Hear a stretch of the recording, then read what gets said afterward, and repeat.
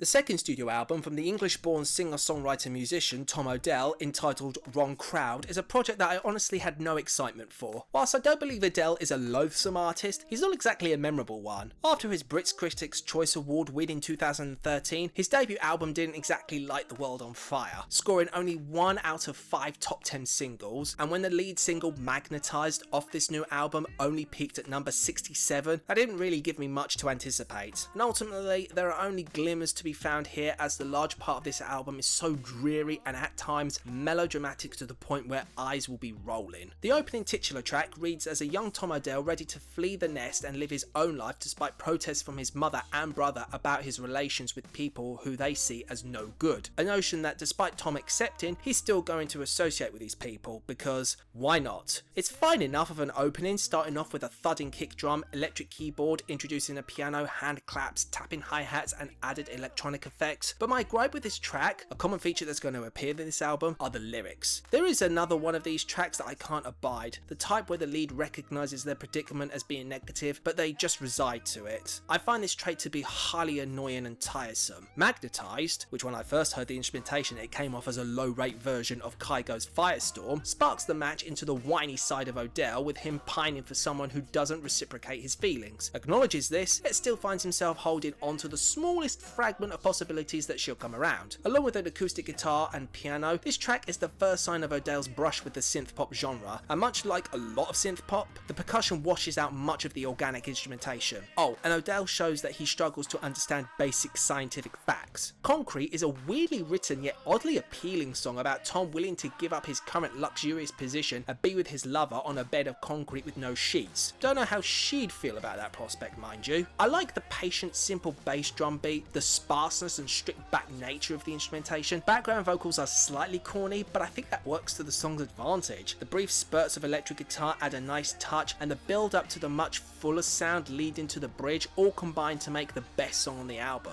Constellations is your atypical dreary piano ballad where Odell turns on the sappiness by declaring his affection for some woman he's having dinner with. Not much to comment on the music here, it's a piano and string arrangement. The next track, Sparrow, hands down the most life-sapping track on the album, sees Tom conversing with a bird, asking it a bunch of mundane questions, and crams even more needless melancholic lyricism that's enough to cause your eyes to roll round the back of your head. The instrumentation is fine, but this highlights one of Odell's issues on this album, his inability to derive emotion from his voice. There's nothing from this guy's voice that tugs on the heartstrings. I feel he's mistaken in thinking that the borderline emo petulant lyrics can be substituted in place. Well, he's wrong. Despite continuing the whinginess factor, still getting used to being on my own strikes a relatable tone with me, and I'm personally willing to give it a pass. Here, Tom is still in the midst of trying to move on from a recent breakup and is trying to adapt to this new life of a singleton. The drum is stilted as fuck, but the piano combined with string arrangement are good, and you can completely cut the drum out of it entirely if you wanted to.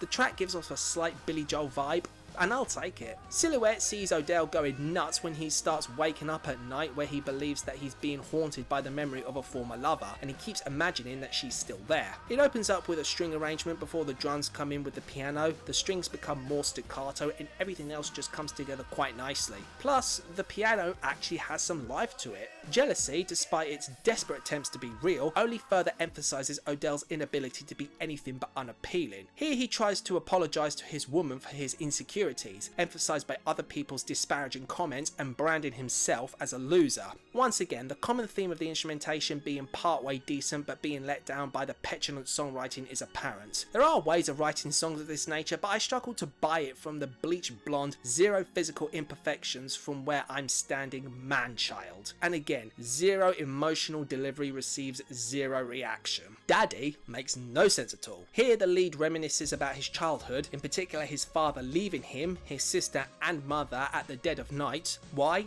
Who knows? It would be passable if it weren't for the line in the chorus where he blames himself for his father leaving.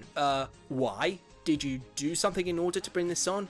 If so, What? Or is this more woe is me, fuck my life, emo-esque bullcrap? I'm likely to go for the second. The dramatic distorted guitars and dishevelled percussion opening is supposed to drive some drama, but it's at this point of the album the melodramatic nonsense has completely worn thin. The penultimate track, Here I Am, comes off as this pathetic scenario where Odell, once again, shows his inability to move on from a previous lover. So much so, he conveniently wanders past the place where she lives and attempts to beg her to take him back. Whilst I'm wondering how he got in the first place, since I'm certain that all apartment blocks are not open for anyone to just enter and that this person wouldn't want anything to do with Odell, once more, the instrumentation is fine. The opening melody is sweet, the guitar could have had a little more prominence if the percussion didn't wash it out, and everything just sounds too murky and unclean. The final track, Somehow, is another borderline vomitous song about how despite communication barriers and other extraneous factors that prohibit Tommy Boy from communicating with some woman, somehow he's still able to connect with her. It's a pleasant slow burner of a track with a soft acoustic guitar, piano, soft drum and hi-hat delivery before a string arrangement is added later on where the drums have a little more presence. If there's one thing that I can extract from Odell's latest project, is that in terms of production and instrumentation, it's a relatively solid album and there's nothing that's ostensibly wrong. It's hardly anything groundbreaking, and for pop standards, it's pretty run-of-the-mill and sturdy. My issue with Odell, aside from some of his vocal deliveries which do strain on my patience and his seeming inability to convey any real emotion in a large portion of this album, is that the songwriting falls into the category of being insufferably whiny that prevents me from wholly embracing tracks where there are fragments of what could lead to good songs. Lack of detail and explanation, the woe is me attitude that stinks up a few songs, and the general whininess that just lead me to mentally scream,